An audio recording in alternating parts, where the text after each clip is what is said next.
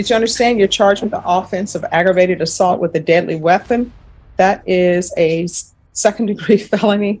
The range of punishment is anywhere from 2 to 20 years in prison and up to a $10,000 fine. Calling 2021 CR 7283, State of Texas versus Philip Nelson Moser. Can I have parties announced for the record for the state? Jason Garahan, Your Honor. Defense. Robert Maurer for defendant, Your Honor. And are you Mr. Moser? Certainly.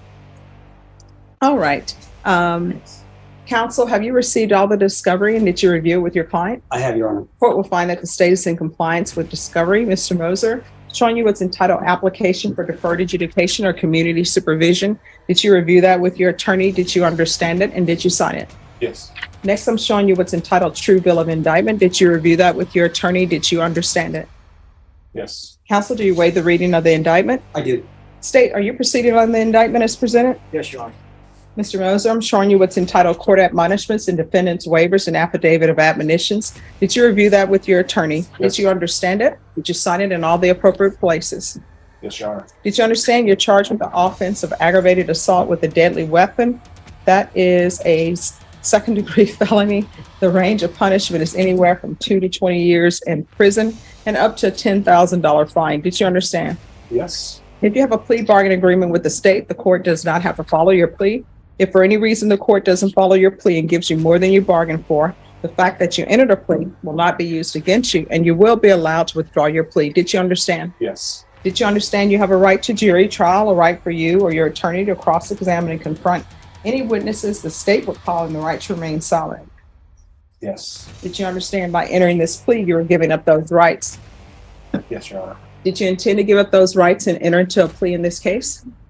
Yes, Your Honor. Did you understand if the court were to grant your application for deferred adjudication, if for any reason your deferred adjudication were revoked, the court could find you guilty and sentence you up to 20 years in prison? Yes, Your Honor. Counsel, has your client been able to provide you with any defenses? He has. Do you believe he has a rational as well as a factual understanding of the charges against him? I did. Do you believe he's currently competent and was legally sane at the time of the offense? Yes. Mr. Moser, has anyone threatened you, coerced you, or placed you in fear to get you to enter this plea? No, Your Honor. Has anyone promised you anything other than the plea?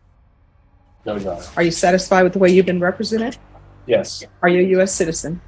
Yes, Your Honor. Court will find that defendant has knowingly and voluntarily waived his right to jury trial. Showing you the plea bargain page. Did you review that with your attorney? Did you understand it? Yes, Your Honor. According to the plea, there's a $1,000 fine. State recommends deferred adjudication. There's to be restitution, if any, to Noe, N-O-E, Lopez, and there's an affirmative finding of deadly weapon. Did you understand that to be the plea? Yes. Defense? Yes, Judge. State? It is, Your Honor. Showing you the paragraph entitled waiver of appeal paragraph. Did you review that paragraph with your attorney? Right from the start, the court makes one thing crystal clear: this isn't a minor case. Aggravated assault with a deadly weapon is a second-degree felony in Texas, and the difference here isn't months, it's decades. If you're the defendant, this is the moment reality should hit you hard with it. Did you understand it? Did you sign it in both places? Yes, Your Honor. Did you understand by signing that you're waiving your right to appeal? The only items that can be appealed are written pretrial motions that have been filed, heard, and ruled upon by the court. Did you understand? Yes, Your Honor. Counsel, have there been any such motions? No. Next, I'm showing you outside the plea bargain agreement. State is requesting that your deferred adjudication be for a term of 5 years.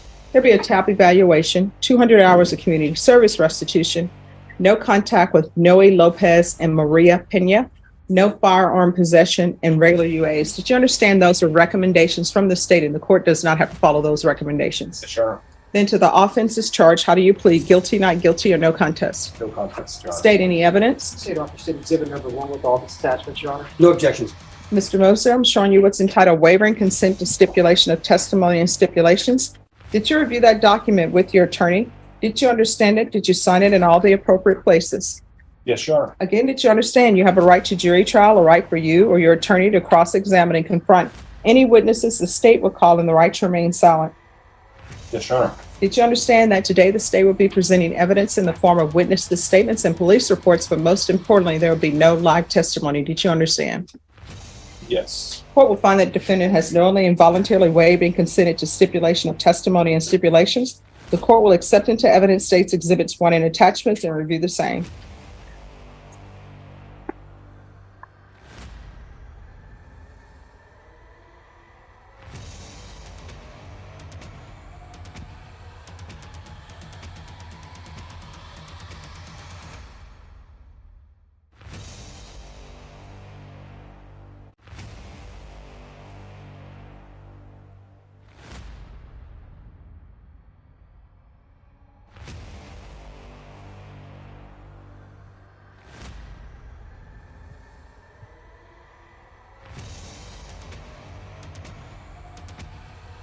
All right, after reviewing state's exhibits 1 and attachments, the court will find there's sufficient evidence to find you guilty. The court will defer finding of guilt as you've applied for deferred adjudication. Are you proceeding with sentencing? Yes, Judge, I would like to proceed with sentencing waive PSI. All right, anything you wish to say on behalf of your client? Judge, yes, my client, since this case was filed, has taken some anger management classes and I think addressed those issues. I'd ask the court to grant his application for deferred. I would note he's been having problems with employment since this case has been pending. I'd ask the court to probate as much of the community service hours as the court felt possible. This is where people misunderstand probation deferred adjudication ISNT forgiveness. It's a pause button 1 violation and the court can come back and hit him with the full sentence like today never happened. Would you feel relieved or more pressured knowing that? We can try to get back to being gainfully employed. And I think the restitution was covered by his auto insurance. So I'd ask the court if there are any issues moving forward, if we can just reserve the right to have a hearing on the restitution issue if there's a question about that. All right, are you still at these apartments? Certainly not. No, ma'am. I'm not. No, Your Honor. Okay. I am a West Side guy. Okay, do you have any children? No, Your Honor. I have a cat. You have a cat? What's your cat's name? Arjuna. Arjuna. Arjun. Arjun. That's Middle name? That's no middle name. Last name? I think he was one of the Pandavas. He was his namesake. Oh, okay. All right, I always just have questions. Do you let your cat at night to roam? Yes. Yeah. All right, so help me understand this. People who have dogs, they walk their dogs and they clean up after their dogs. People who have cats seem to think it's okay to let their cats to leave the house at night, to go to neighbors' homes who don't have cats, to do their business, and just because they cover it, somehow people think that's okay. Maybe, Judge, if there's a personal issue, you usually get a net and you can net the cat and hold it hostage. I'm just always wondering why this is the case. They're just instinctively more independent, cats are, so they don't need a human to follow them around like that. Well, but I've seen people walk their cats on leashes. I'm just saying. I've seen this. I would definitely do that. I'm that little guy. Okay, all right. I'm just wondering. So, how have you been supporting yourself? Your attorney told me you're not employed. I have had 4 jobs in the last 2 years. From Taco Bell, Toyota, point of sale, configuration services, which is the closest I've gotten to my career field. And then finally, I just got done with a seasonal contract with Walgreens. Okay. So I'm looking at another few contracts with. I'm hoping for a managed service provider like Spectrum or AT&T. Okay. And are there any drug issues with you? No, Your Honor. Okay. All right. This is what the court is going to do. The court is going to sentence you to 5 years deferred adjudication. There's a $1,000 fine that will be probated. Restitution, if any, to Noe Lopez, and counsel. If there's an issue with the restitution, we can always have a hearing on that. Yes, ma'am. There's an affirmative finding of a deadly weapon, 200 hours of community service restitution. 40 of those hours will be waived if you provide. Listen to how methodical this process is. Every right is explained. Every waiver confirmed. Judges do this to eliminate excuses later. No confusion, no misunderstandings, just accountability. Locked in on a yes, Your Honor at a time. Proof of the COVID vaccination. The court is not requiring you to get that, but if you do, 40 of those hours will be waived. If you obtain some sort of certification in your field, the court will consider waiving the remaining of the hours. So that's up to you. I'm all for people improving themselves. So there is to be regular reporting by Zoom or in person. There's to be regular UAs. Probation, we'll do 1 field visit per month for 2 months. If there's no issue with the field visits, then you can discontinue them. I'll be there. Proof of employment within 40 days. There's to be no employment as a home health care provider or with minors, and no firearm possession, Sure.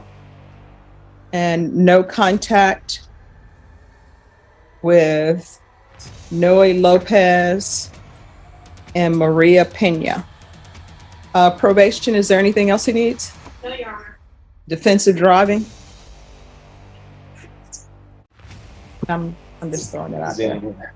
It's based upon what I've read. All right. Is there anything else you need from the court to be successful? Chairman, I really appreciate the certification.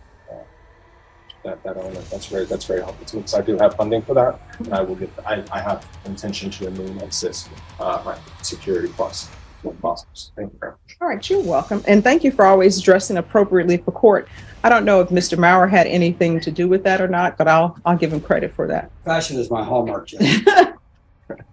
All right, I'm going to show you what's entitled Trial Court Certification of Defendant's Rights to Appeal. Did you review that document with your attorney? Did you understand it, and did you sign it?